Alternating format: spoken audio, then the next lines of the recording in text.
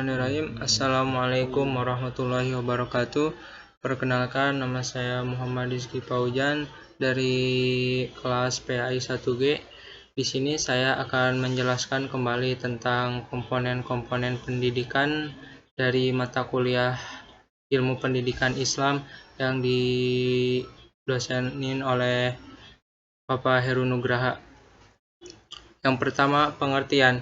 Pengertian komponen. Komponen merupakan bagian dari suatu sistem yang memiliki peran dalam berlangsungnya suatu proses untuk mencapai tujuan sistem.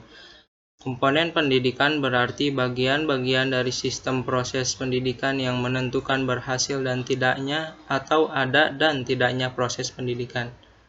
Jadi komponen di sini sangat berpengaruh dalam pendidikan.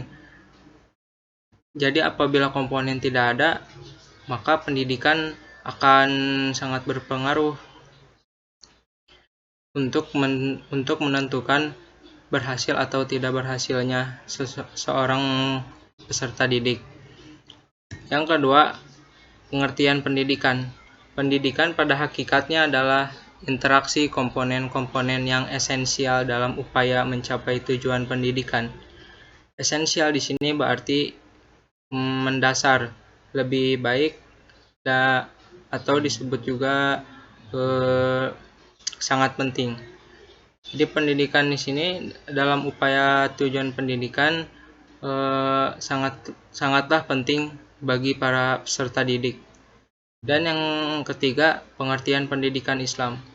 Pendidikan Islam menurut Omar Muhammad At-Taumi Asy-Syaibani adalah proses mengubah tingkah laku individu pada kehidupan pribadi, masyarakat, dan alam sekitarnya dengan cara pengajaran sebagai suatu aktivitas asasi dan sebagai profesi di antara profesi-profesi asasi dalam masyarakat. Menurut Omar Muhammad At-Taumi ini, proses pendidikan Islam itu sangat berpengaruh dalam masyarakat dan sekitarnya juga. Mengapa? Karena pendidikan itu pengajaran sebagai suatu aktivitas asasi manusia dalam berbagai pelajarannya. Yang selanjutnya, komponen-komponen pendidikan. Adapun komponen-komponen pendidikan itu yang pertama adalah tujuan. Adapun tujuan pendidikan Islam itu sendiri identik dengan tujuan Islam sendiri. Tujuan pendidikan Islam adalah membentuk manusia berpribadi muslim kamil serta berdasarkan ajaran Islam. Hal ini dapat dilihat dalam firman Allah dalam Quran surat Ali Imran ayat 102. Maksud muslim kamil di sini adalah muslim yang sebenar-benarnya, atau juga bisa disebut dengan sempurna. Jadi tidak terpengaruh oleh yang lain. Nah, sesuai dengan firman Quran surat Ali Imran ayat 102 yang berbunyi, Bismillahirrahmanirrahim. Ya ayyuhalladzina amanu taqullaha haqqa tuqatih wa la tamutunna illa wa antum muslimun. Wahai orang-orang yang beriman, bertakwalah kepada Allah dengan sebenar-benarnya takwa kepadanya, dan janganlah kamu mati kecuali dalam keadaan muslim.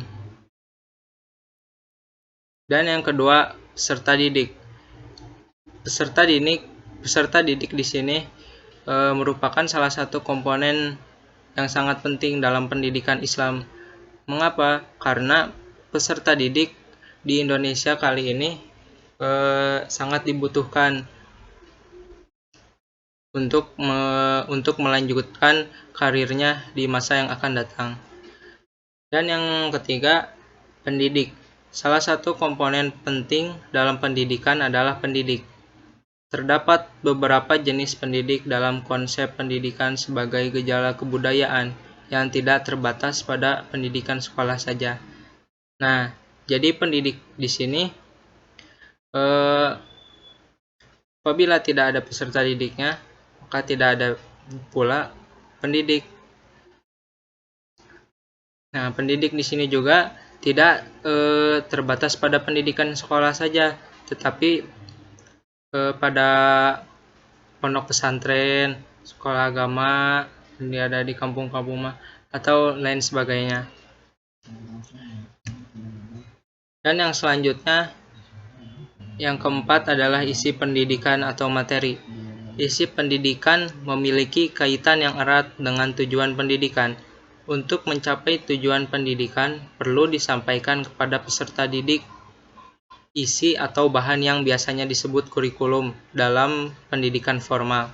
Isi pendidikan berkaitan dengan tujuan pendidikan dan berkaitan dengan manusia ideal yang dicita-citakan. Jadi kita sebagai calon guru, sebelum materi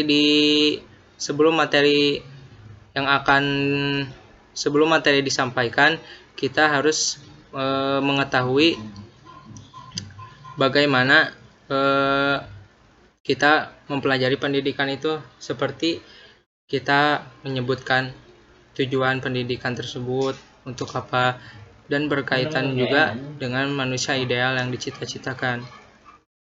Nah, yang selanjutnya ada lingkungan. Lingkungan pendidikan meliputi segala kehidupan atau kebudayaan. Hal ini didasarkan pada pendapat bahwa pendidikan sebagai gejala kebudayaan yang tidak membatasi pendidikan pada sekolah saja. Nah, di sini lingkungan juga sangat penting bagi peserta didik. Mengapa? Karena apabila di lingkungannya terdapat orang-orang yang bermalas-malasan, atau di tempat tersebut juga ada orang yang rajin, nah hal itu akan sangat berpengaruh kepada peserta didik tersebut. Dan yang selanjutnya, yang keenam adalah sarana atau alat. Sarana atau alat di sini merupakan bentuk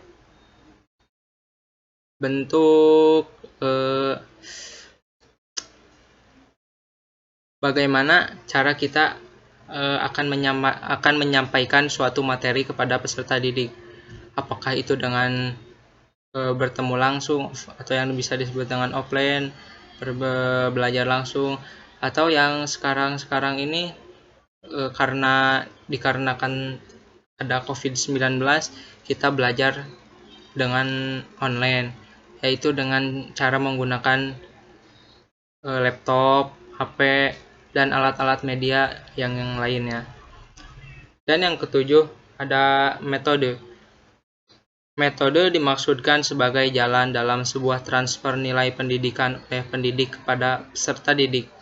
Oleh karena itu, pemakaian metode dalam pendidikan Islam mutlak dibutuhkan. Nah, kita sebagai calon guru harus mempunyai metode bagaimana cara kita menyampaikan kepada peserta didik.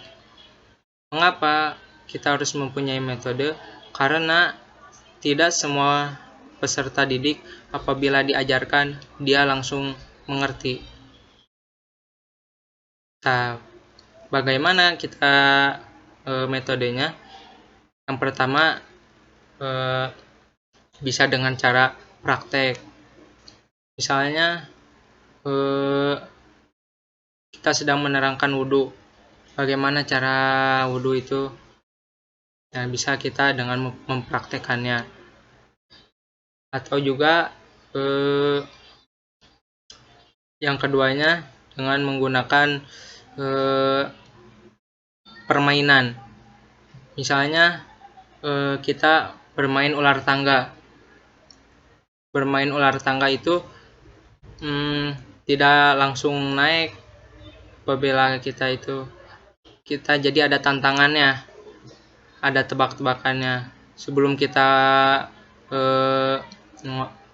mengeluarkan angka, disitulah ada pertanyaan apa yang menarik. Dan yang kedelapan ada sistem kurikulum. Sistem